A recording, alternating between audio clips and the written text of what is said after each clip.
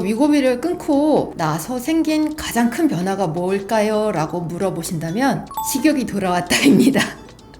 예, 식욕이 돌아왔어요. 몸무게는 20kg 감량한 거 그대로. 그러니까 더 늘진 않았고 늘어봤자 1kg 정도? 예, 그걸 유지하고 있어요. 안녕하세요. 닥터나설입니다. 정말 오랜만에 영상으로 다시 찾아뵙는 것 같아요. 마지막으로 찍었던 영상이 위고비 8개월 차 영상이었으니까 그거 이후로 좀 많이 쉬었죠. 이제 제가 아마 동영상을 유튜브에 올릴지는 모르겠는데 좀 사실 그동안 좀 아팠어요. 살을 빼서 아픈 게 아니라 원래 앓고 있던 그런 질병이 있었는데 그게 좀 안 좋게 된다는 얘기를 들어가지고 그거 때문에 검사도 다니고 뭐 진료도 다니고 뭐 복잡했어요. 예. 그래서 유튜브를 한동안 찍지 못해서 너무 죄송했고요. 그래서 어쨌든 지금 이제 건강상의 이유긴 했지만 다시 이제 복귀하는 기념으로 찍어보는 첫 번째 영상은 위고비 끊은 지 2달 차 됐는데 몸무게는 20kg 감량 유지 중입니다.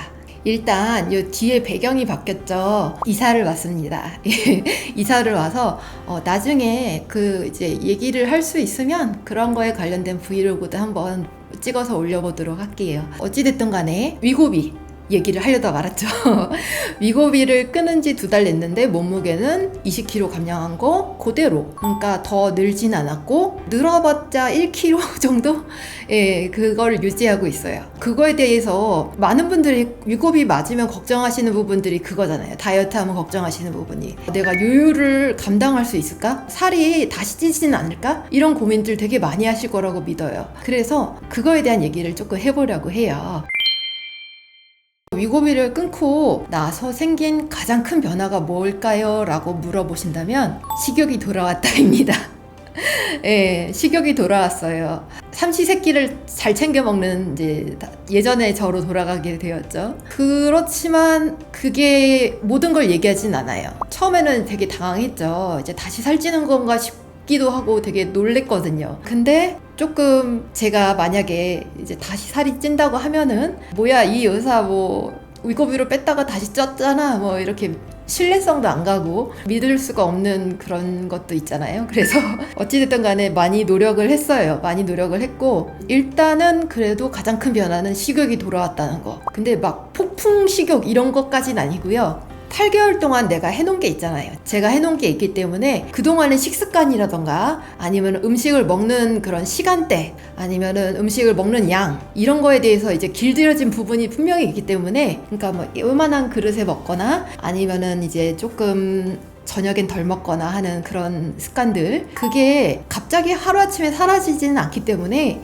그런 것들 때문에 이제 몸무게가 더 늘어나지는 않고 있는 것 같고요. 그리고 이제 두 번째로 얘기하자면은 완벽하려고 하지 않았어요. 완벽하려고 하면은 조금 너무 힘들잖아요. 그리고 다이어트 할 때 우리 치팅데이 있는 것처럼 꼭 치팅데이를 가질 필요는 없지만 내가 힘들 때는 식사를 좀 편하게 하고 기분이 괜찮을 때는 좀 운동도 빡세게 하고 뭐 이런 거죠. 그리고 위고비를 끊고 나서 좀 몸의 움직임을 많이 늘렸어요. 이거는 이사 가서 더 그렇긴 한데 네, 지금 몸을 조금 더 움직이려고 노력을 많이 했어요. 그 전에도 운동을 하긴 했지만 이제 조금이라도 더 걷고 조금이라도 더 내 몸에 자극을 준다라는 느낌으로 그렇게 변화를 주고자 했죠. 그래서 20kg 감량을 유지할 수 있게 된 거고요. 그러면 지금 저를 보고서 굉장히 궁금해 하실 것 같아요. 사실 위고비 계속 맞고 있는 거 아니야? 위고비 다시 맞고 싶어지진 않을까? 뭐 이런 궁금증이요. 근데 제가 지금 이제 다이어트를 8개월 정도 해보고 그리고 그 이후에 2달 정도 지내보고서